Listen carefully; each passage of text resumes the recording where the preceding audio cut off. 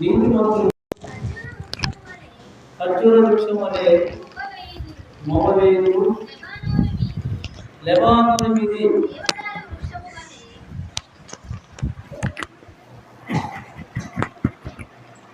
ఇదొద్దా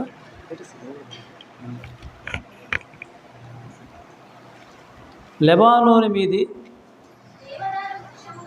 దేవదారు వృక్షం వలె వారు ఎదుగుదురు. యెహోవా మందిరములో నాటబడిన వారై వారు మన దేవుని ఆవరణములలో వర్ధిల్లుదురు.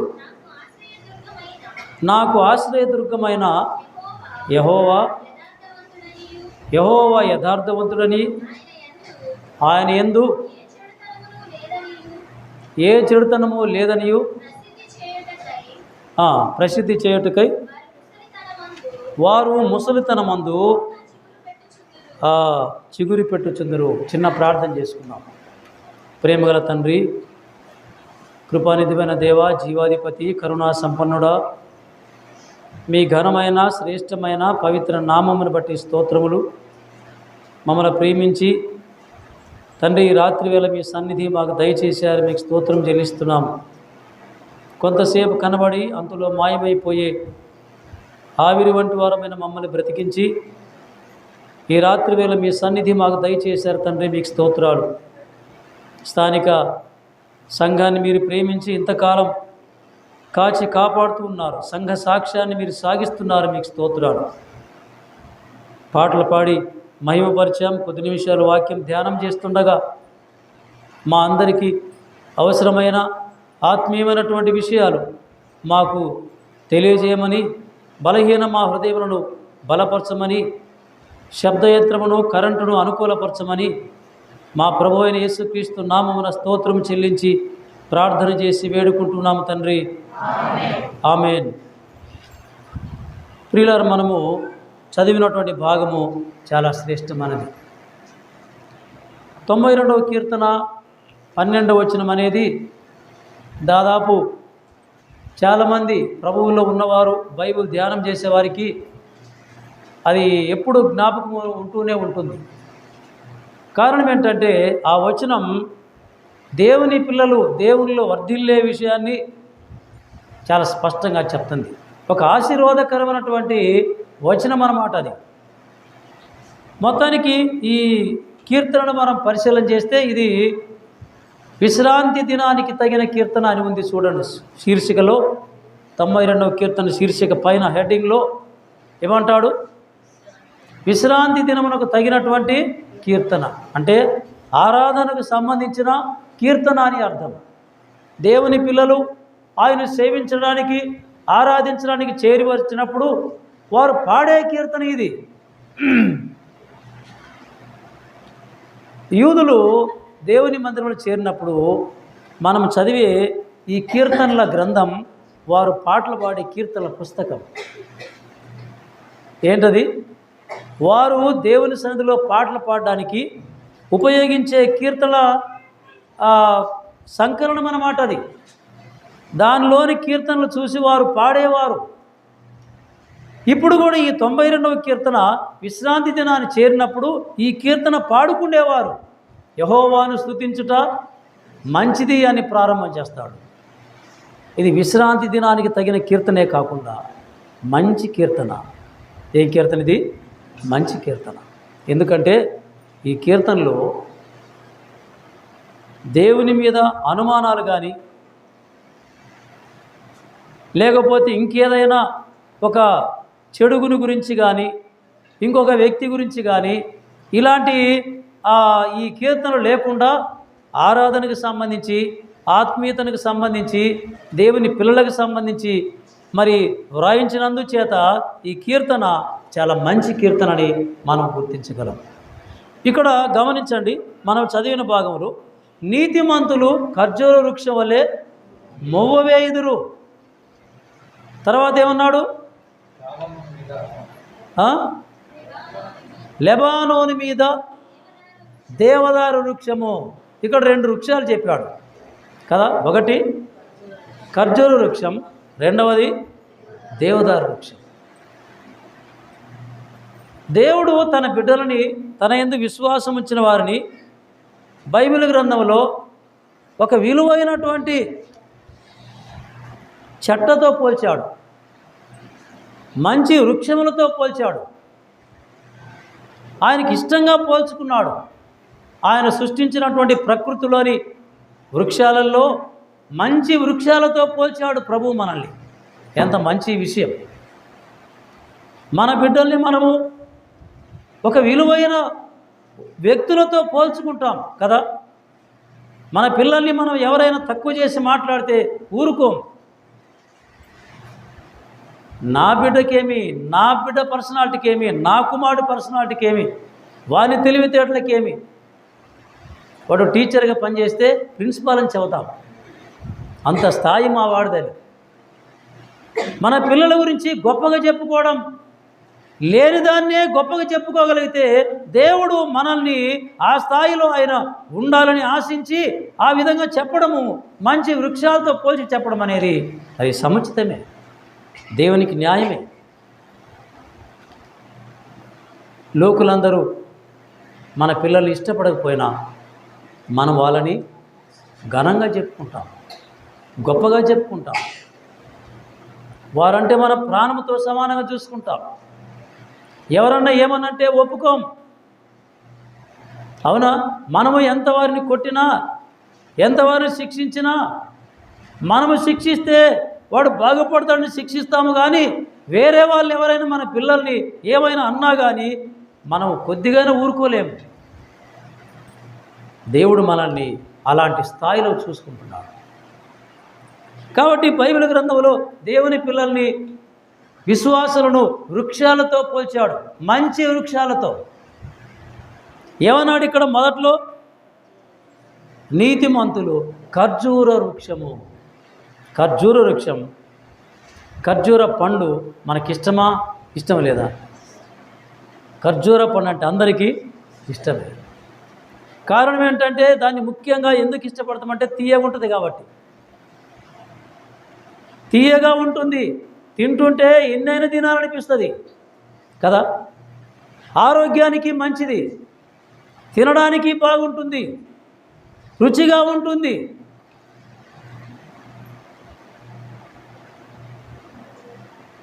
అది చాలా మాధుర్యానికి సూచన కూడా. ఖర్జూర వృక్షము మాధుర్యానికి సూచన. ఆ ఖర్జూర వృక్షం అది ఎప్పుడు మొవ్వ వేస్తూ ఉంటుంది. అది పండేది కూడా నీటి దగ్గరనే పండేది. నీటి ఊట ఎక్కడైతే ఉంటుందో ఆ ప్రదేశంలో పండి దానికి ఇక సాగు లేదన్నమాట. ఆ ఖర్జూర వృక్షానికి సాగు లేదు. దేవుడు విశ్వాసమైన మన విశ్వాస జీవితం, మన ప్రవర్తన ప్రీతికరంగా ఉండాలని ఇష్టపడుతున్నాడు. దేవుడు కోరదగినట్టు ఉండాలని మన ప్రవర్తన ఆయన ఇష్టపడుతున్నాడు. ఎదుటి వారికి ప్రయోజనకరమైనదిగా ఉండాలని ఇష్టపడుతున్నాడు.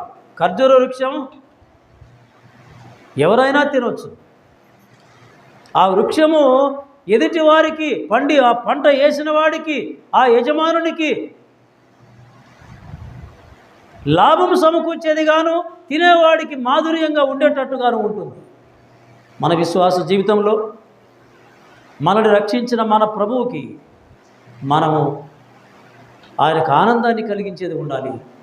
మన వల్ల ఫలము, ఆత్మీయ ఫలాన్ని ఇతరులు చూసి, ఇతరులు దాన్ని గ్రహించి దేవుని మహిమపరిచేటట్టుగా ఉండాలని దేవుడు ఆశపడుతున్నాడు. ఖర్జూర వృక్షం తినడానికి మంచిది, ఆరోగ్యానికి మంచిది, తినడానికి కూడా రుచిగా ఉంటుంది. ఎవడు ఈ ఖర్జూర వృక్షం తినకూడదు, ఈ పండు తినకూడదు, ఈ కాయ తినకూడదని ఏమాత్రము కండిషన్ కూడా లేదు. చివరికి షుగర్ పేషెంట్ కూడా చక్కెర తినడానికి ఒకవేళ వాడు బాధపడవచ్చేమో, కానీ ఖర్జూర పండు తినడానికి ఏం బాధపడ్డు. అంత ప్రీతికరమైంది, మాధుర్యమైంది ఖర్జూర వృక్షం, ఆ పండు. కాబట్టి ప్రియులారా, మనల్ని దేవుడు ఎంత మంచి పండుతో ఎంత మంచి వృక్షంతో పోల్చాడో ఆలోచించాలి. ఇంకోటి, ఖర్జూర వృక్షం అనేది అందులో ఉన్న పండును ఎవడికంటే వాడు దొంగవాడు వచ్చి తీసుకెళ్ళడానికి అవకాశం లేదు. కారణం ఏంటంటే వాటికి పూర్తిగా ముళ్ళు ఉంటాయి, పొడుగున పొడవైన ముళ్ళు ఉంటాయి. చెట్లు నిండా ముళ్ళే, ఆ ఆకులే ముళ్ళతోనే ఫిక్స్ అయి ఉంటాయి. కారణం ఏంటంటే యజమానుడు ప్రశాంతంగా వచ్చి తీసుకొని ఆ పండును వాడు అనుభవించాల్సిందే, కానీ వానికి ఉపయోగమే, కానీ దొంగవాడు హడావుడికి వచ్చి తీసుకుని పోవడానికి వీలు లేనటువంటి వృక్షం అది. దేవుని పిల్లలు అపవాది చేతిలో పడకుండా వారిని రక్షించిన యజమానుడే వాటికి కాపురి అయి, వారికి నాయకుడై, వారి రక్షకుడై, వారి తండ్రి అయి, వారి యజమానుడై ఉండాలని దేవుడు ఇష్టపడుతున్నాడు. కాబట్టి మనల్ని రక్షించుకొని సిలువలో మన కోసం ప్రాణం పెట్టి మరణించి సమాధిని గెలిచి తిరిగి సజీవుడై లేచి మనల్ని ఆయన ఒక ప్రజగా, ఒక సంపాద్యముగా, తన బిడ్డలుగా చేసుకున్న ప్రభువుని మనము ఆయనకే చెందాలి. ఆయనకే మనము మన యొక్క ఫలాన్ని అందించేవారు ఉండాలని దేవుని వాక్యం మనకు తేటగా తెలియజేస్తామండి. రెండవది ఏమన్నాడు? ఖర్జూర వృక్షం వలె మోవవేయుదురు, లెబానోను మీది, అంటే లెబానోను పర్వతం మీది దేవదారు వృక్షం వలె ఉంటారన్నాడు. వర్ధిల్లుదురు. దేవదారు వృక్షం చక్కగా ఏపుగా ఎంత ఎత్తైనా పెరిగిపోద్ది, ఎంత ఎత్తైనా పెరిగిపోద్ది, చక్కగా పెరిగిపోద్ది, మ్రానులుగా పెరిగిపోద్ది. ఎంత బలమైన మ్రానైనా అవ్వడానికి అవకాశం ఉంది. అది తీగ చెట్టు కాదు, అది మ్రానుతో కూడిన చెట్టు. బలమైనదిగా పెరుగుతుంది, ఎంత ఏపుగానే పెరుగుతుంది, పైకి ఎదుగుతుంది. వర్ధిల్లడం, విశ్వాసులు వర్ధిల్లాలని ఆయన ఆశ. విశ్వాసులు, దేవుని పిల్లలు వర్ధిల్లాలి, అభివృద్ధి చెందాలి. నానాటికి మనం పెరుగుతూ ఉండాలి. నానాటికి విశ్వాస జీవితంలో, పరిశుద్ధతలో, ప్రేమలో, అనురాగములో, ఆశా నిగ్రహములో, సాత్వికములో పెరుగుతూ ఉండాలి.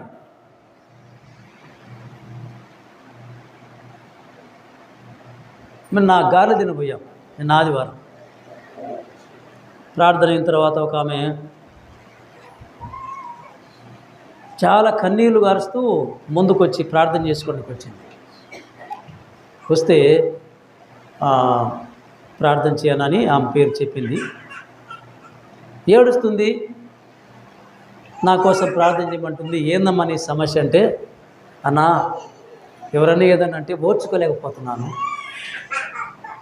వాళ్ళని ఏదో ఒకటి తిట్టేరు దాకా, ఏదో ఒకటి అనేరు దాకా నా మనసు ఊరుకోవడం లేదు. మళ్ళీ ఒక్కోసారి ఏమో నేను ఓర్చుకోకపోతే ఎట్లా, దేవుని బిడ్డను కదా, ఆయన నా కోసం సిలువలో అన్ని బాధలు భరించాడు కదా, ఆయన అన్ని మన కోసం భరిస్తే నేను ఓర్చుకోకపోతే ఎట్టని మళ్ళీ ఒక్కోసారి అనిపిస్తుంది అన్నది.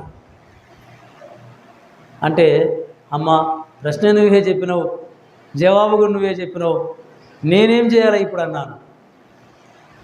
ఏం లేదన్నా, నాకు ఓర్పు కలిగేటట్టు ప్రార్థన చేయమని నేను చెప్పాను.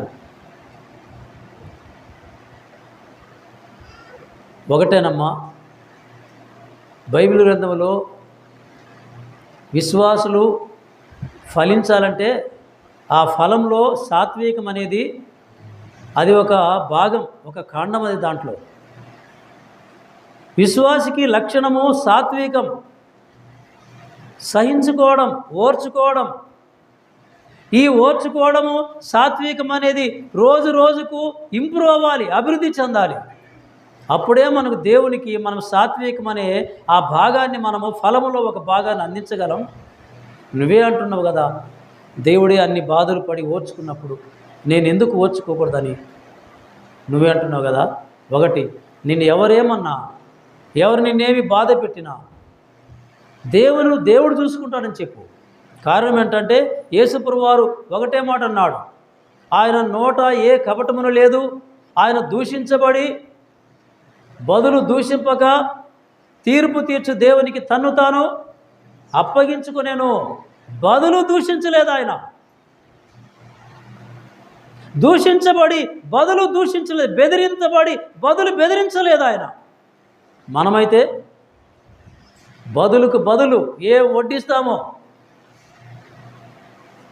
అవిశ్వాసులు కూడా సరిపోరు మన వడ్డించే వడ్డింపుకు. అది మనకు చాలా అవమానకరం. లోకస్తులు మనతో తగాదటప్పుడు మనం వారితో సమానంగా మనం వడ్డించి వారితో సమానంగా తగాదకు నిలబడడం అనేది అవమానకరం.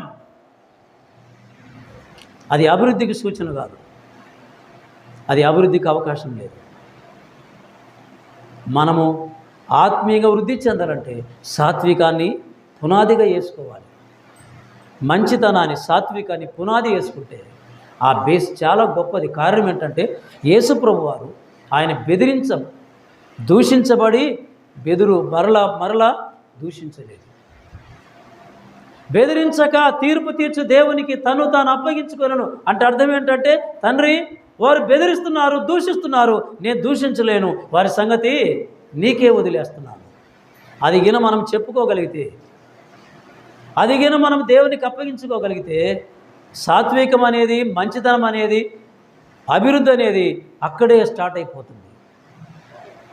ఈ రాత్రి వేళ ప్రియులారా, దేవదారు వృక్షం అనేది చాలా వర్ధి అంటే పెద్దగా పెరుగుతుంది, ఎత్తుగా పెరిగేదనమాట. ఎత్తుగా పెరిగే తత్వం ఉంది దానికి.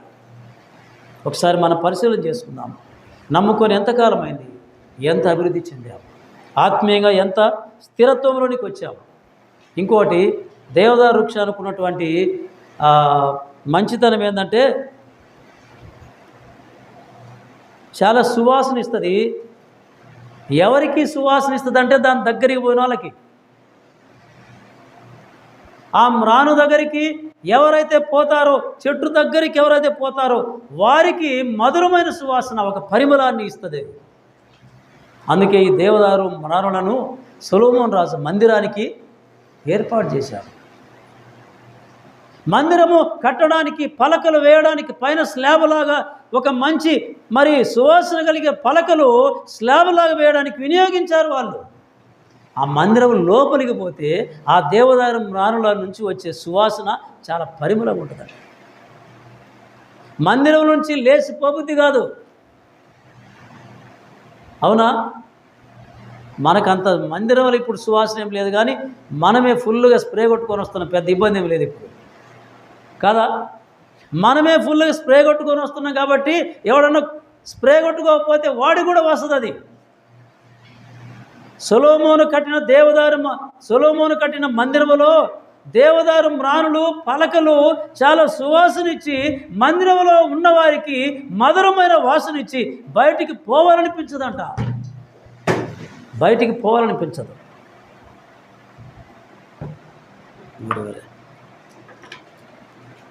అంతటి శ్రేయస్కరమైన పరిమళాన్ని దేవదారు వృక్షము అందిస్తుంది.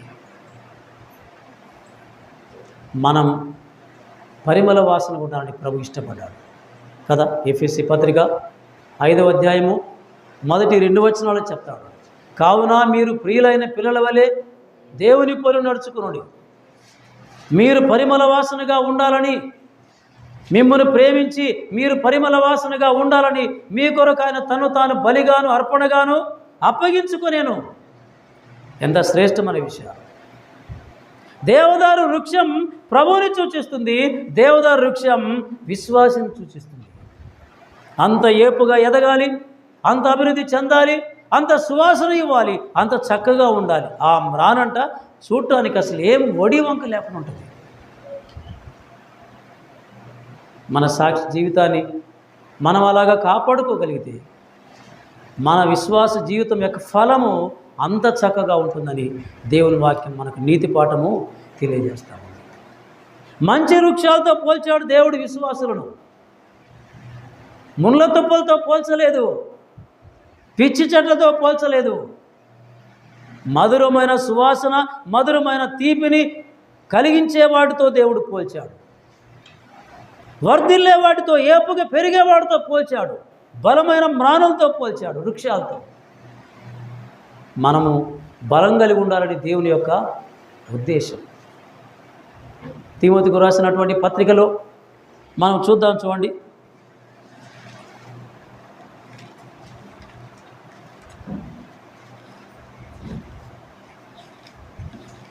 తిమోతికి రాసినటువంటి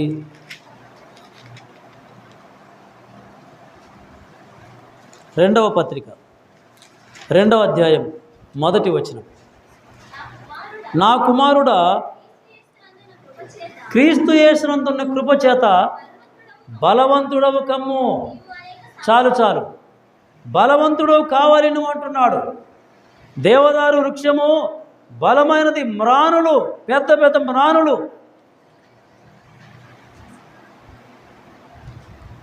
అందులో నుంచి వస్తుంది, మ్రానులు తయారవుతాయి.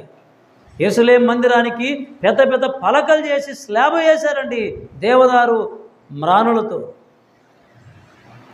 బలము కలిగి ఉండాలని చెప్తున్నాడు. యేసుక్రీస్తు వారి కృపలో మనము దినదినము బలం పొందాలి, శక్తి పొందిన వారమై విశ్వాస జీవితంలో సాగిపోవాలి. అది మనకు దేవదారు వృక్షం నేర్పిస్తున్న పాఠం. దేవుడు ఇష్టపడి విశ్వాసం ఏమంటున్నాడు? నన్ను నమ్ముకున్న నా బిడ్డ దేవదారు వృక్షముతో సమానం.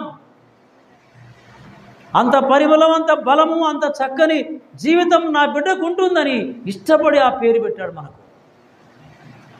ఖర్జూర వృక్షములాగా మంచి ఫలము, తీయని ఫలమిచ్చే చెట్టులాగా ఉండాలని, అది దానికి చావులేని చెట్టులాగా ఉండాలని ఆశిస్తున్నాడు. అంటే మన విశ్వాస జీవితంలో ఎప్పుడూ వెనుకబడిపోకుండా ముందుకే వెళ్ళిపోతుండాలి అన్నాడు కదా యేసుప్రభు వారు. నాగటి మీద చేయబెట్టి వెనుక చూచువాడు నాకు పాత్రుడు కాడు. విశ్వాస జీవితం అనేది ఒకనాటిది కాదు, ఒక సంవత్సరానికి కాదు, లేకపోతే 40 దినాల వ్రతంతో సమానం కాదు. లెంటు డేస్లో 40 దినాలు ఉపవాసం ఉండి 40 దినాలు భక్తిగా ఉండి వదిలేస్తారు మళ్ళీ. అట్లాంటిది కాదు అసలు విశ్వాస జీవితం అంటే.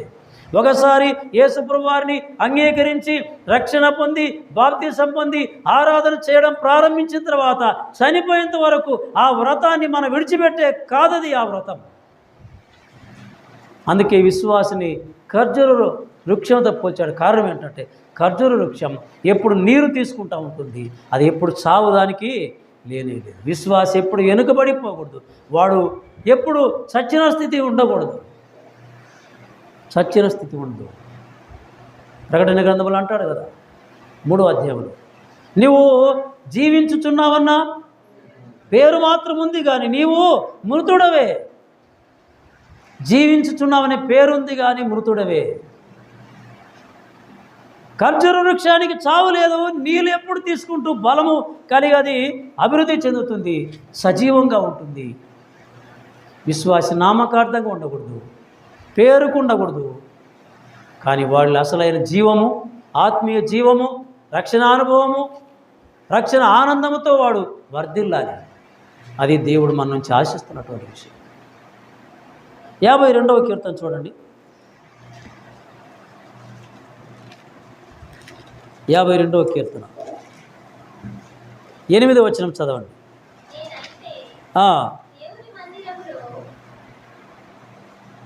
చదవమ్మా.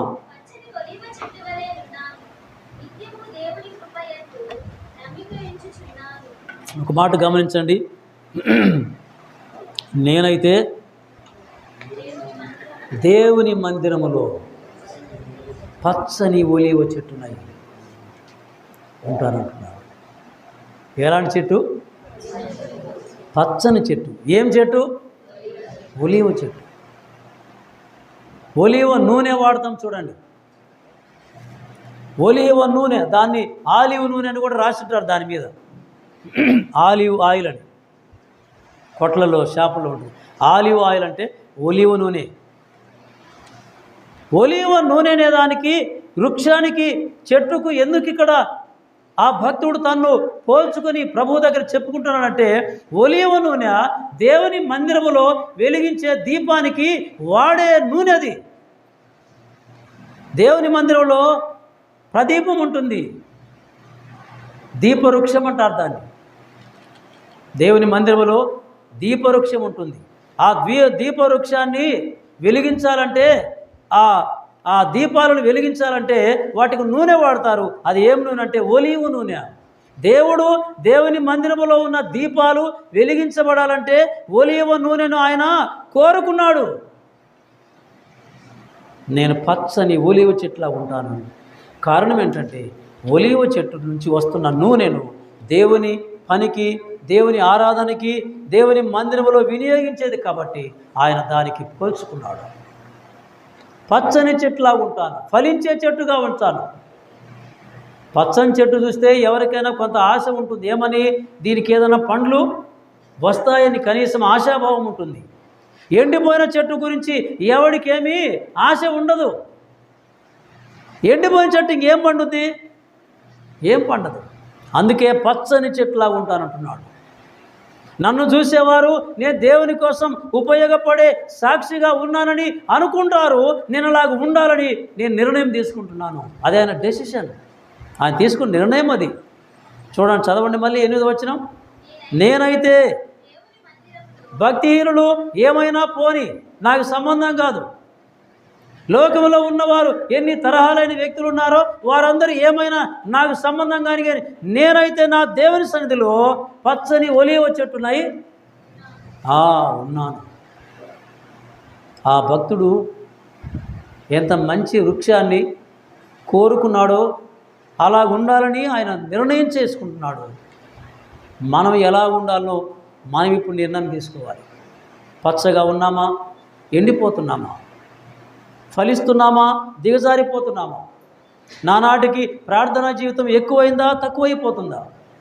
నానాటికి విశ్వాస జీవితం పెరుగుతుందా? లేకపోతే క్షీణిస్తుందా? నానాటికి దేవుని మీద మనకున్న నిరీక్షణ అభివృద్ధి చెందుతుందా? వెనుకబడిపోతున్నామా?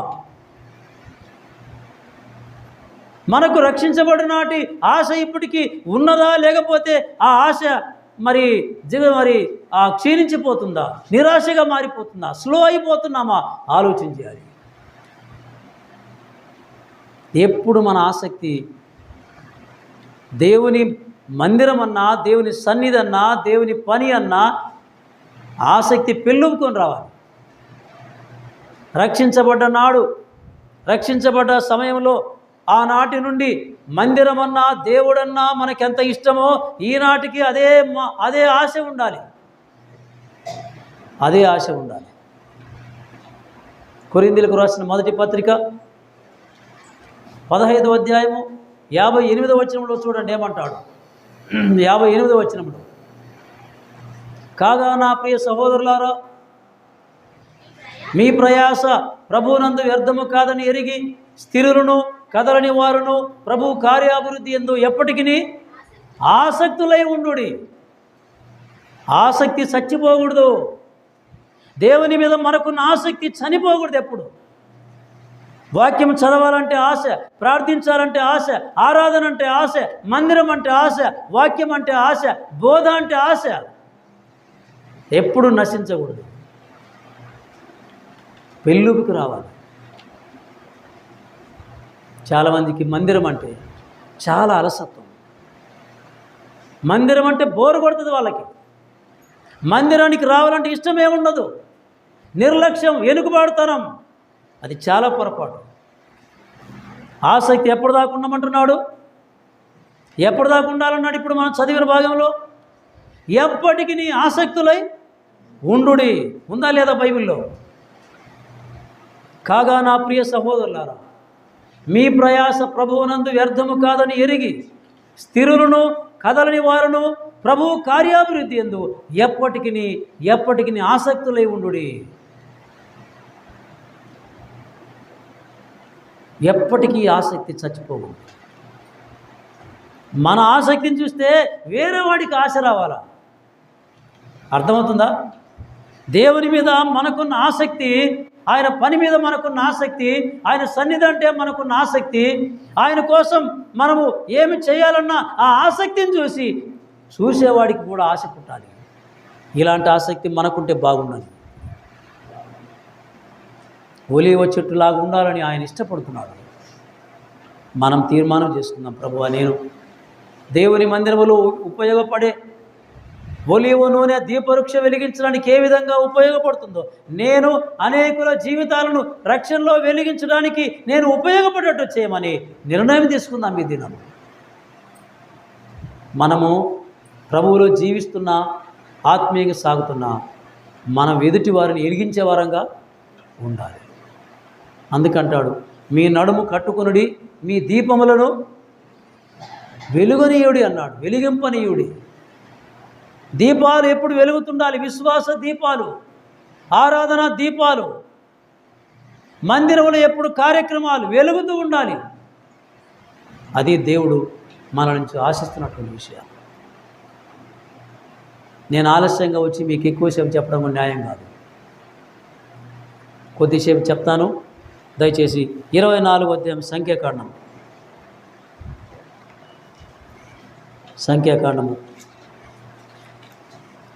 24వ అధ్యాయము 6వ వచనం చదవండి.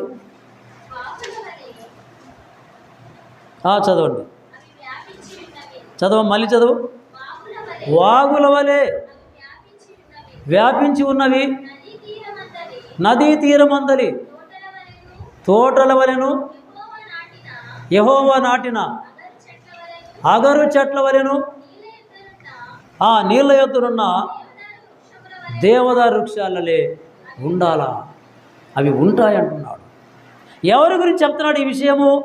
వాగులు, నీళ్లు, వంకలు, నదులు, వృక్షాలు, ఇవన్నీ ఎవరి గురించి చెప్తున్నాడంటే ఇశ్రాయేలు జనం గురించి, యాకోబు జాతి గురించి చెప్తున్నాడు. చూడండి ఆ మాట 24వ అధ్యాయంలో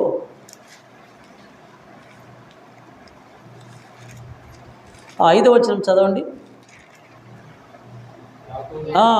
యాకోబు నీ గుడారములు, ఇశ్రాయేలు నీ నివాస స్థలములు ఎంతో రమ్యమైనవి. ఇప్పుడు యాకోబు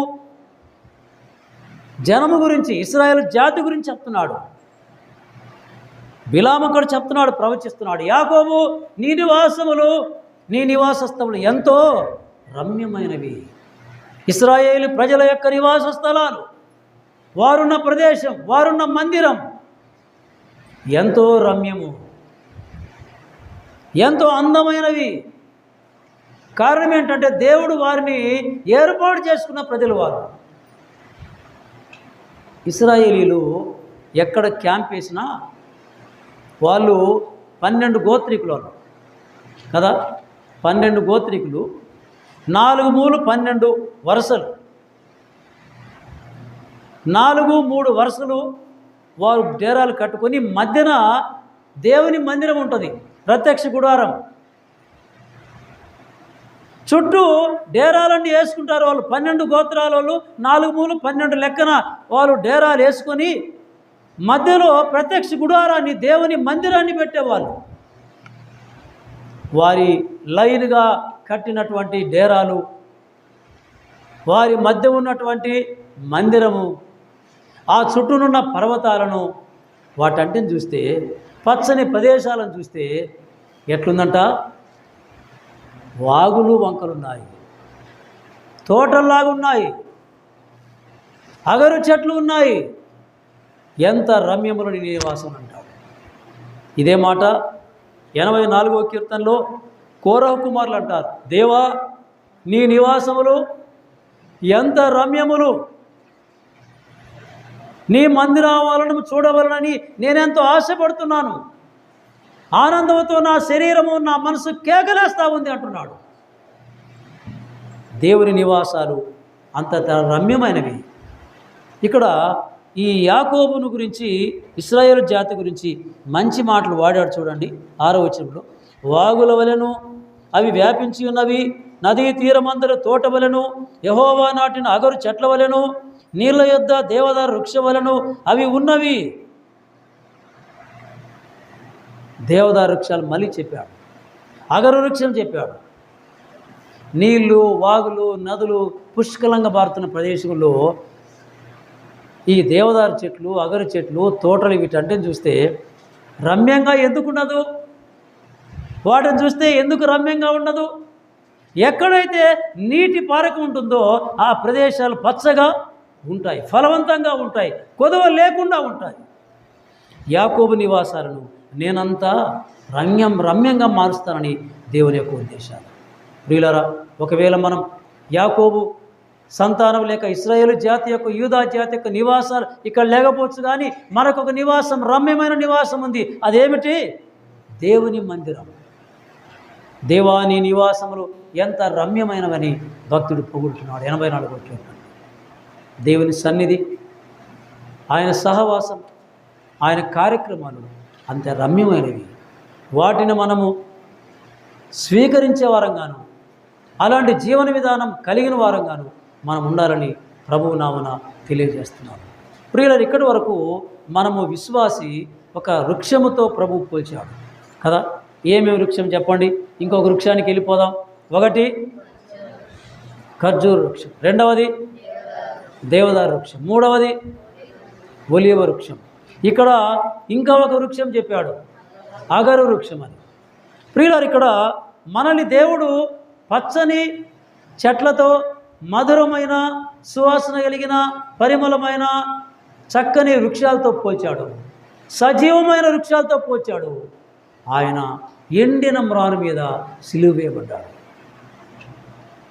మనల్నేమో ఆయన పచ్చని వృక్షాలతో పోల్చుకుని ఆనందపడ్డాడు.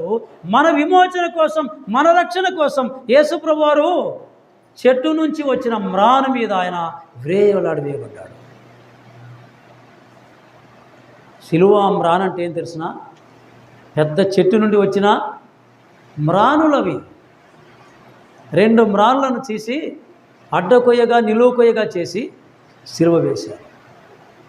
ఎండిన కొయ్యకు ఆయన సిలువ వేయబడ్డాడు. మన జీవితాలను మనము పచ్చని వృక్షాలు ఉండాలని, మన జీవితాలు పచ్చగా ఉండాలని, ఆత్మీయంగా ఉండాలని, ఏపుగా పెరగాలని, స్థిరంగా బలంగా లెబానో వృక్షాలాగా ఉండాలని ఆయన ఎండిన మ్రానుపై సిలువ వేయబడ్డాడు. మనం ధనవంతులము కావాలని ఆయన ఎలాగయ్యాడు? దరిద్రుడయ్యాడు. మనల్ని సంపన్నులుగా చేయడం కోసం, పరలోక సంబంధమైన ప్రతి ఆశీర్వాదం, ప్రతి స్వాస్థ్యానికి వారసులం అవడం కోసం ఆయన ఈ లోకంలో ఏమి లేనివాడయ్యాడు.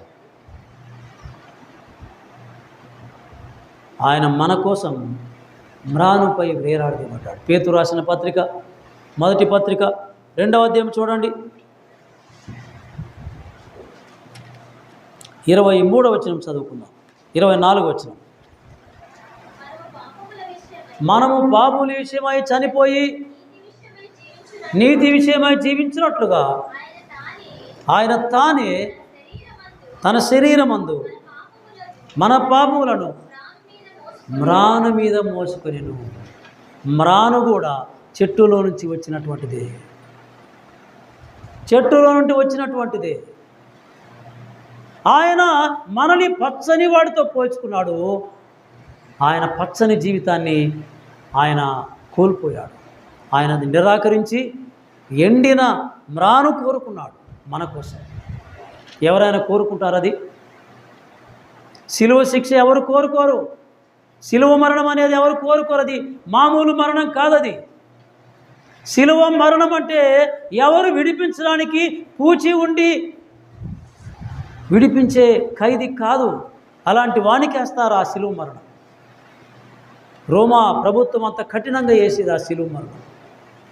కొరడా దెబ్బలు, బల్లెంపోటు, ఘోరమైనటువంటి గాయాలు ఆయన పొందినవాడై వాటంటిని మన కోసం సహించాడు. సిలువ, భారమైన సిలువ మోయలేక ఎక్కడికి మోసాడు? ఎక్కడికి మోసాడండి? గొలగొతా కొండకి. ప్లెయిన్లో నడవడం వేరు, కొండ ఎక్కడం వేరు. భారముతో కొండ ఎక్కడం.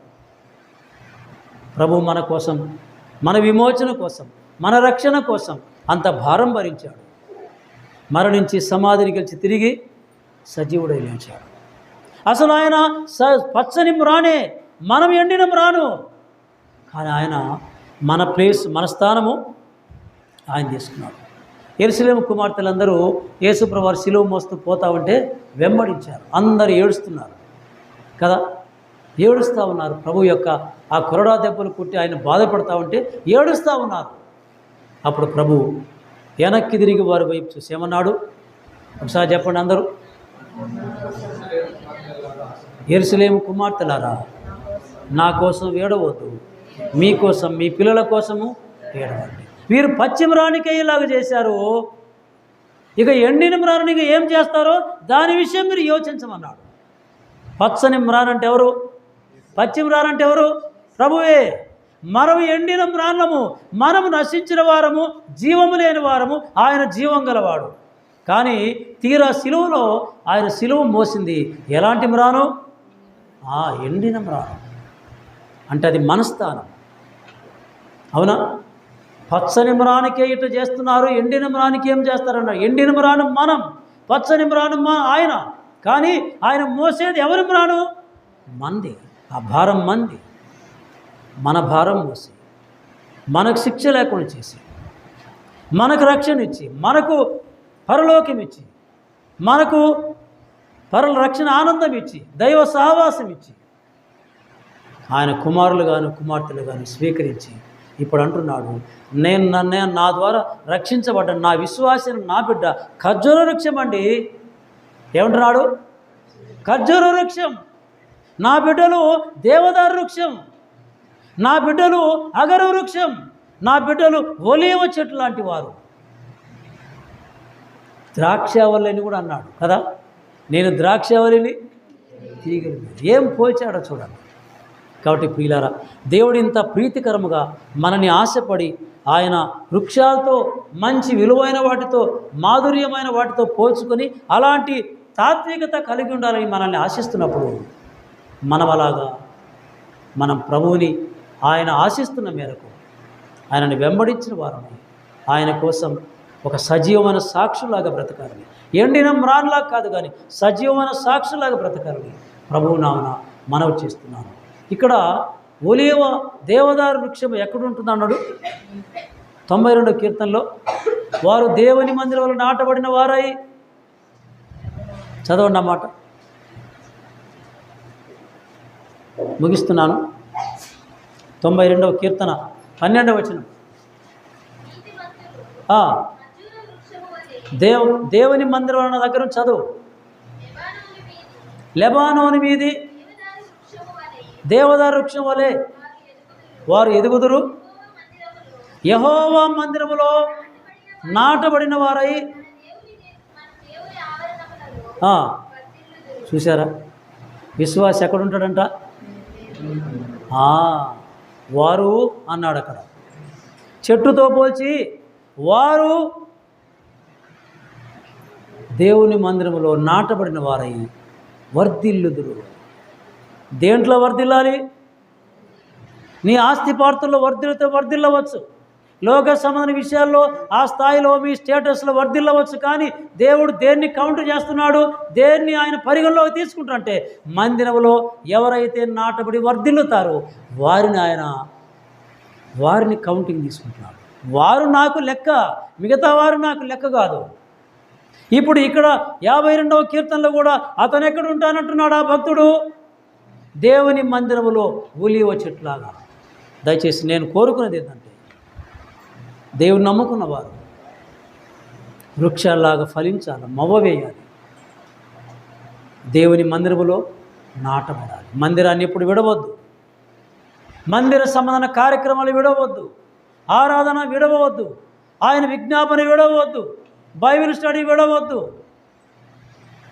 నాటబడిన వారమై వర్ధిల్లాలి. దేవుని మందిరంలో నాటబడితే దేవుడు ఏం చేస్తాడంట? వర్ధిల్ల చేస్తాడు. అలాంటి మంచి సజీవమైనటువంటి జీవితం, సజీవమైన సాక్ష్యం కలిగి ప్రభువులో సాగిపోవాలని మనవి చేస్తూ ఈ మాటలు ముగిస్తున్నాను. దేవుడు తన మాటలు మన కోసమై దీవించునుగాక. నాకు అవకాశం ఇచ్చినటువంటి మరి సంఘ కాపరి, మరి పెద్దలు గారికి, తోటి పెద్దలు, సంఘ ప్రియులందరికీ ప్రభువు నామమున వందనాలు తెలియజేస్తున్నాను. చిన్న మాట ప్రార్థన చేస్తాను, తర్వాత సంఘ కాపరికి అప్పగిస్తాను. చిన్న మాట ప్రార్థన. ప్రేమగల తండ్రి, పరిశుద్ధుడైన ప్రభువా, మీకు స్తోత్రాలు. మీ సందేశం మాకు అనుగ్రహించారు, మీ మాటలు అందించారు, మీకు స్తోత్రం చెల్లిస్తున్నాం. ప్రియ ప్రభువా, మేము ఎలాంటి వారుగా ఉండాలని మీ హృదయంలో ఇష్టపడ్డారో ఆ విషయాలు మాకు తెలియజేశారు. మీరు దేనితో మమ్మల్ని పోల్చుకున్నారో వాటిని ఆలోచన చేస్తే మాకెంతో సంతోషంగా ఉంది. ఒలీవ చెట్టులాగా, ఖర్జూర వృక్షములాగా, లెబానోను వృక్షములాగా,